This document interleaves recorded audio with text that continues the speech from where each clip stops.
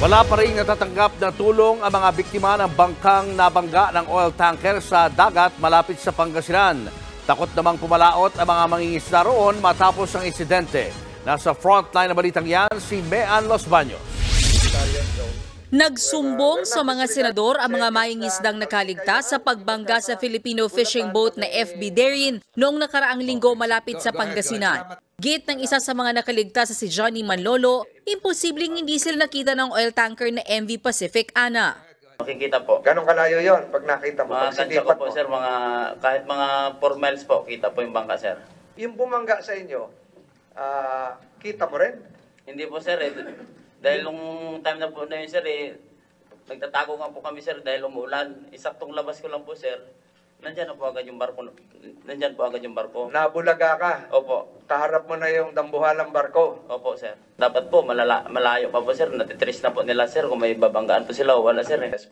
Maging ang Philippine Coast Guard naniniwalang may gamit ang MV Pacific Ana para makita ang mga bangka sa paligid. Definitely, sir, kami po ni Vice Admiral Punsalan, being a former skipper of Coast Guard ships, we are equipped with a radar. So sa mga ganyang layo po siya, nadidetect po siya, sir.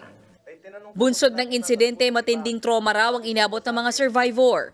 Kayo ba ay handa pang pumalaot uli at mangisda doon sa naturang lugar? Hindi ko pa po masabi po sa ngayon. Parang nagkaroon po kami ng mga phobia. Takot po. Sa ngayon ay hinihintay na lang daw ng Philippine Coast Guard na dalhin sa Subic ang lumubog na FB Darin para ma-inspeksyon din daw nila ito. Matapos niyan ay bubuuin na ng fact-finding team ang kanilang report na isasubmit na rin sa Department of Foreign Affairs. Isa kasi yan sa pagbabasehan ng isasagawang diplomatic action.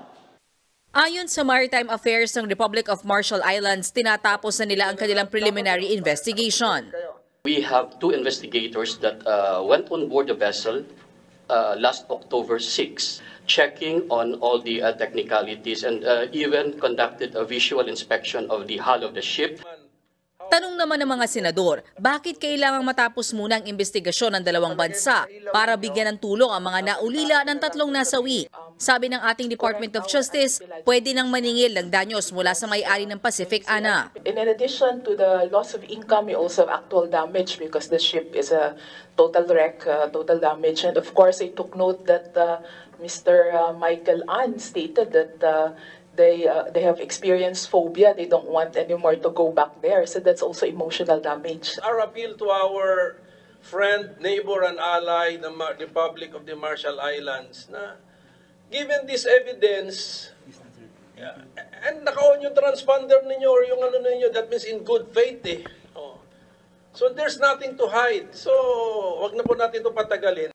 Siniguro naman ng Manning Agency ng Pacific Ana na ipararating nila sa may-ari ng barko na isa palang Korean-Chinese company ang pakiusap ng mga senador.